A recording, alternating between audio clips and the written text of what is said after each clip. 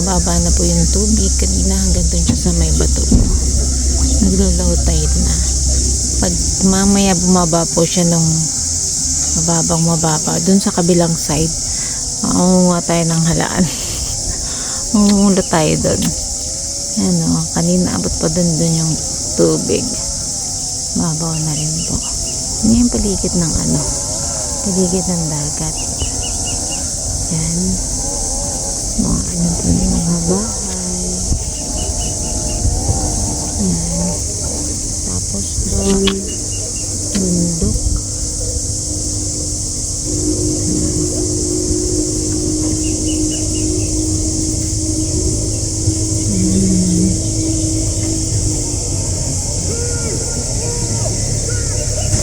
Ikot po siya.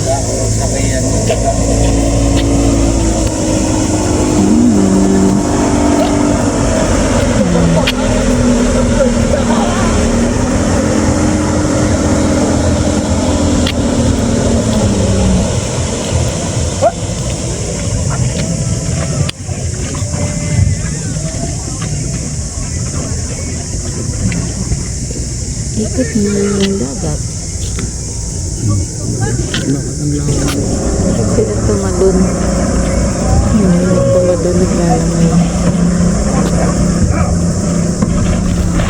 Ay, tumalon talaga lahat. Pati itong mga nasa tumalon din. Sino sila?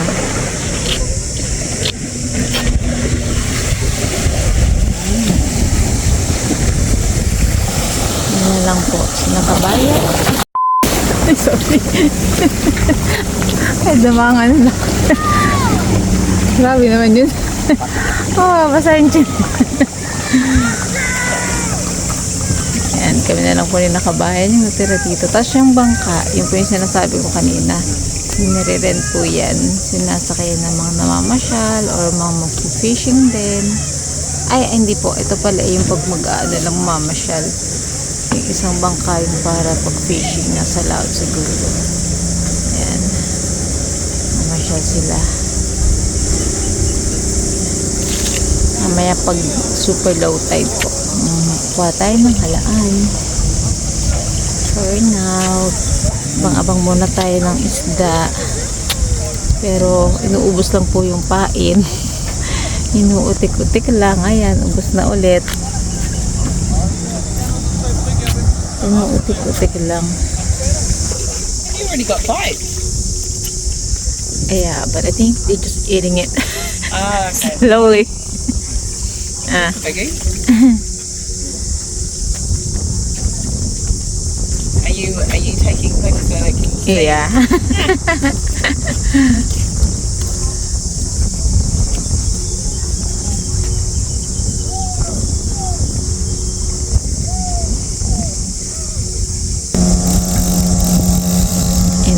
Lang po ng isda yung pain. Inuutik-utik lang. Hila-hila ng konti, tapos pag wala na. Yung isang hindi man lang naramdaman, wala ng pain. Ano ba yan? Kahit lang kahit 5 na maliliit lang po, isang malaking snapper.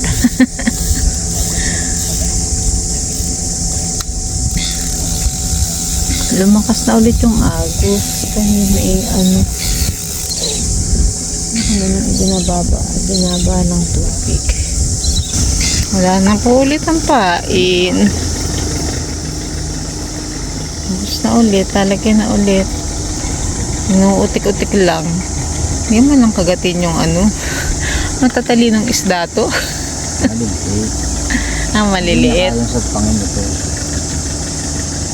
Dito siya sa isa, may maliit ditong Naku, may padating na bangka. Ayun daddy, mo, tingnan mo nga sasakay siya ng bangka. Ito dito, yun talo tayo, babangka na siya. Ayan. Kinakain na naman ng isda. Hindi naman masapa lahat. Subo nyo kaagad lahat. Pasok sa kawil. Pasok sa banga. Ayan oh, ang lakas daddy. Ayan. Pag humuto. Kaso lang hindi humuhutok yung yung rod. Ayan oh. Ayan nyo. Galaw lang siya ng galaw. Kinakain lang yung pain. Inuunti-unti yung... Ayan daddy! Ay! Ang lakas na nga.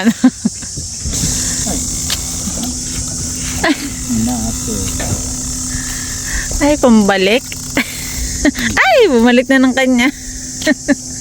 Yun po yung mga size na kahit makuha natin, ibabalik din. Kasi maliit. Kaya mas mabuti pang makahuli talaga nung Ito, siguradong ubos na yung ubos ng pain. Meron pa. May inuutik pa. Pag ganun pong size, tapos maliit. Pag ganun pong isda, tapos maliit, isinusoli po yun. Bawal yun dito. Bawal bawal iuwi. Bawal hulihin.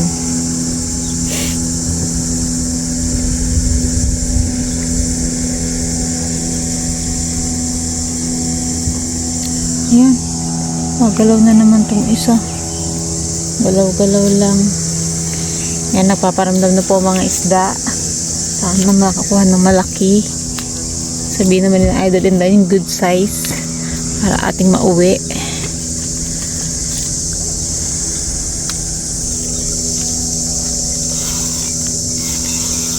Meron ulit.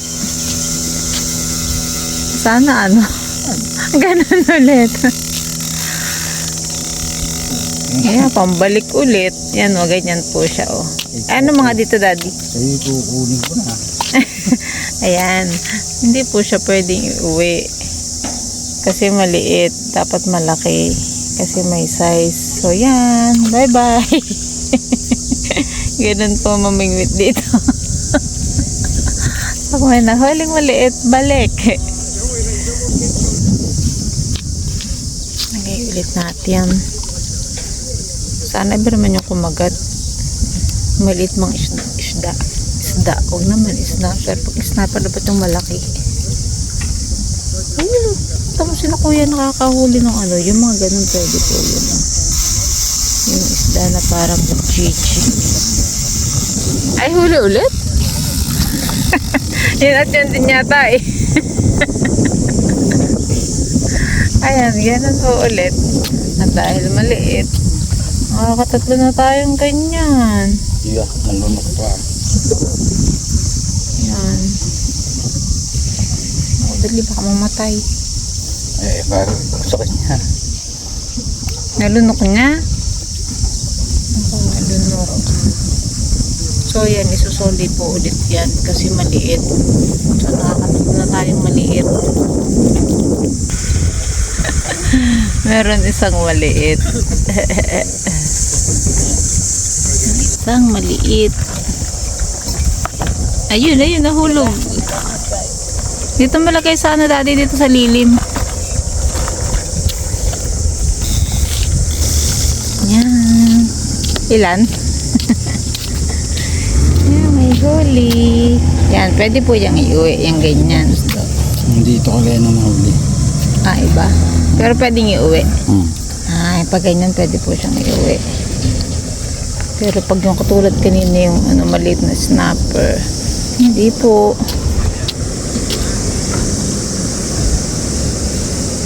May guguling yata siya.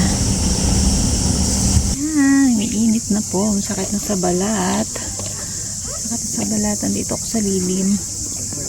Si daddy lumipat ng pwesto. Ito medyo mas yung mga fish. Sobrang init na, sakit na sa balat. At itong aking tinataguan mamaya ay nasa tapat na ng dagat. Wala na akong lilim na mapagtataguan. Init na. Yan, laki na po ng binaba ng tubig. At sobrang init na rin po. Ayan o. Lapad na ng ano. Binaba niya.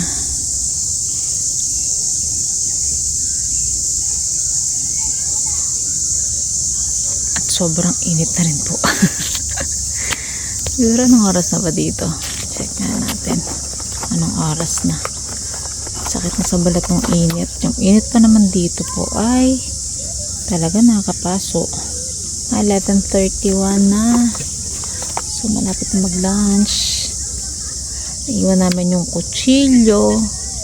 At ang pinaka-importante, naiwan ang tinapay. Ang dala lang namin ay palaman.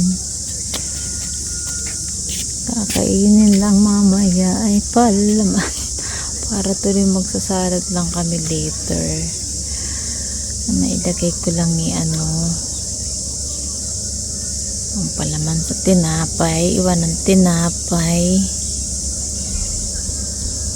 Ano ba yun? Dami na iwan. Tinapay to chilyo. Meron? Snapper. Ay. Snapper na naman yata. Ayan, snapper nga. At ayan po ay ating ibabalik ulit. Sayang oh. Kung pwede lang siya, pwede na pamprito. Sarap iprito. Ay, ay. Lalo ko dyan. Ay, gabi ka daddy. Solid mo naman. Wawa naman. Sole po yan. Taran. Bawal. Yan. Yun po yung sinasabi ko sa inyo. Yun sa bangka. Tapos, sasakayan ng mga gusto mo masyal. Turista. Yan. Dyan sila. Iikot sa dagat ng Raglan.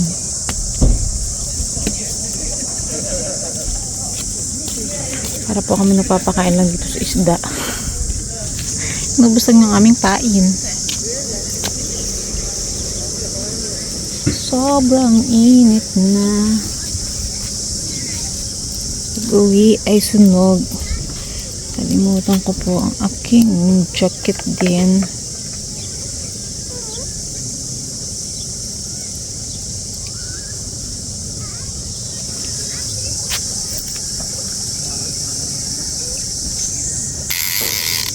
Ayan.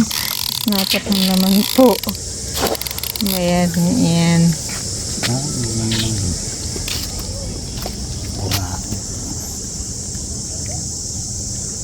Papakawalan po ulit yan. Ang bilis nun, no? Gumagalaw na po ulit. Sana ano naman yung pwedeng iuwing isda.